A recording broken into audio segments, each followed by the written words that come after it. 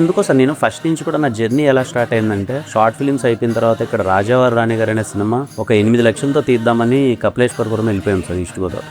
Just 8 lakhs ఒక మనోవికాస్ అని ఒక అబ్బాయి, తనే నా ఫస్ట్ ప్రొడ్యూసర్. తను పెట్టిన డబ్బులతోనే తను స్టార్ట్ చేయడం. అది ఏమైపోయిందంటే మొత్తం ప్రొడక్షన్ అంతా నేనే దగ్గరుండి చూసుకున్నాను. ఏది రాజావారి రాణి గారు కానీ, ఎస్ఆర్ కళ్యాణ మండపం కానీ, 2 సినిమాలకి ఇన్ అండ్ అవుట్ చూసేసాను సార్.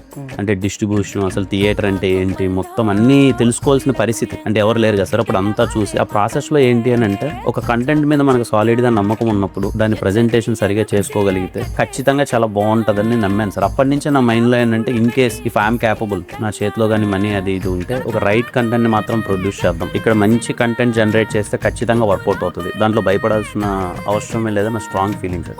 అందుకనే ముందు నుంచే ప్లాన్ ఉంది సార్. ఈ కథ విన్న తర్వాత మెల్లగా స్టార్ట్ చేద్దాం.